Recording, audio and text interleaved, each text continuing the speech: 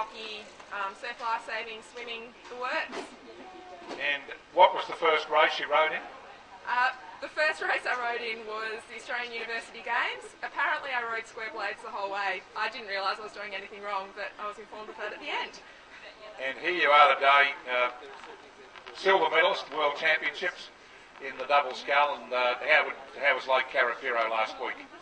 It was actually really enjoyable. It was a fantastic experience because there were huge crowds and everyone supported it really well. It was a fantastically run event and pretty exciting to come home through the last 300 metres in front of a roaring crowd. Felt like a football superstar.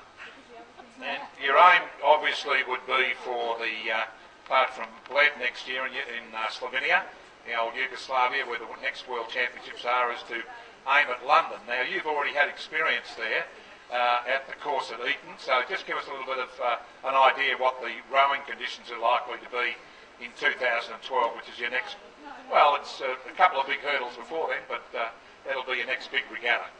Yeah, so my first World Championships was at Eton in 2006. I rode in the 8, and the conditions were, there was pretty strong tailwind, quite choppy, quite rough, so we're quite aware that the conditions at Karapiro, which were a little bit rough, were good practice coming into London. Yeah, but we can really hope to get fair conditions and looking forward to it. Going back to that first international regatta, where did the 8 come, and give us a little bit of an idea of where you've been to since then in your career before Lake Karapiro. I guess my first year we won a bronze medal in the 8, and I remember finishing that race and we were quite disappointed with the result. We'd wanted to win, but looking back, it actually was a fantastic start to my rowing career. And after then, there was quite a long patch without the same sort of results. 2007 finished 4th in the pair and 4th in the 8, which was heartbreaking. Which country? That was in Munich in Germany. And then 2008 Beijing was disappointing as well. We had a lot of injuries leading into the regatta, and though we learnt a lot and it was fantastic to be there and see some of the Australian crews do fantastically well, it was a real learning experience, and so it is pretty exciting to come out this year after quite a hiatus of not winning medals at the World Championships and come home with a silver medal. And the other thing about Lake Karapiro this year is you rode in 2 events, which is a bit unusual. You rode in the double and the quad.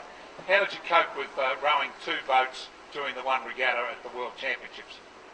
It was tough. There was a lot of racing, but it was also really fun. I think having the quad crew meant that there's more people around you, and it was the first regatta that we had rowed together, and so it was actually good for us to have both boats, so we got a lot more race experience before the finals came, and a lot more practice in those sort of conditions. So physically it was tough and mentally it was tough, but as a learning experience it was fantastic. And I guess the thing that we're looking at now is whether the 2 boats are too different to row for the future, but we'll see what happens down the track.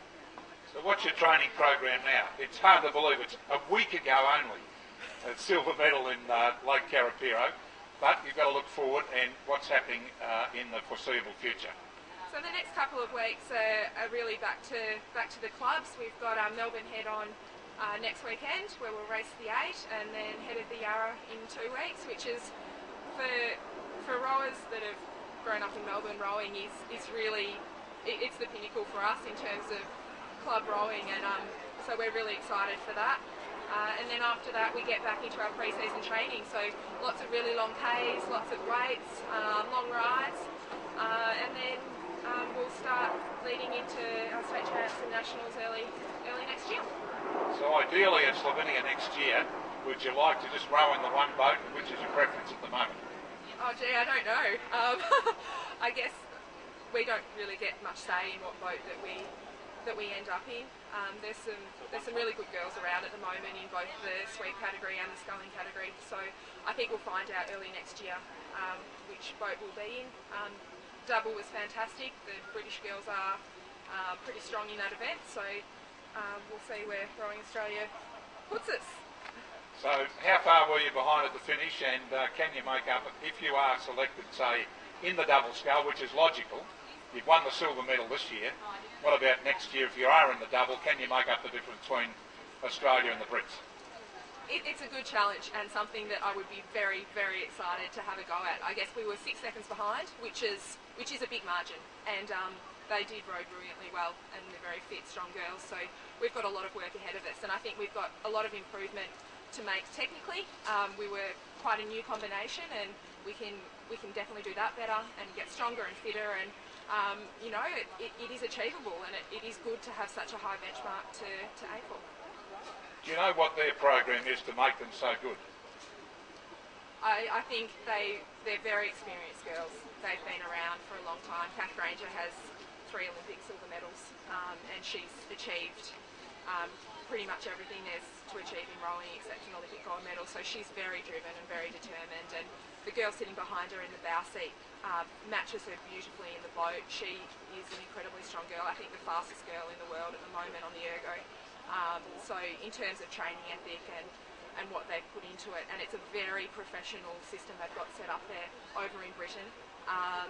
So they will be tough to beat, but you know, that makes it more exciting. We wouldn't be doing it if it was easy. We wouldn't be doing it if you just went out there and won every time you raced. So it's exciting.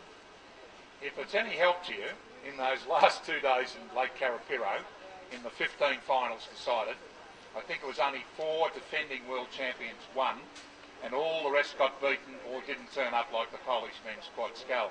So they're there to be beaten, and the Belarusian, who's been dominating the women's single scull, got beaten by the Swede in the women's single. So there's a great opportunity for you next year, I'm sure, to knock off the world champions. Yeah, that's always nice going into a regatta as the underdog.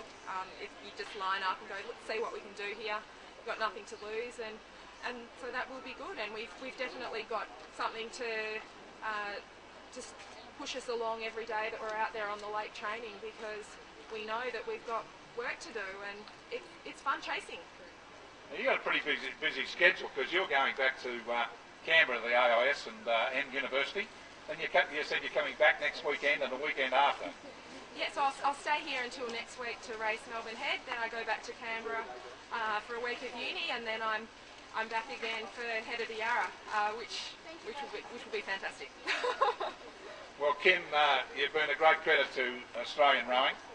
To win a silver medal at the World Championships and have the youth that you've got still and determination to succeed. We obviously wish you well, and look forward to you contributing here today. I think you're going to have a bit of a row yourself in some skill thing, in a cox pair with Sandy as the coach, I think, or cox. I'm coxing. You're coxing. No, Anyway, Kim, all the very best for the future, and good luck leading right up to 2012 at Eton.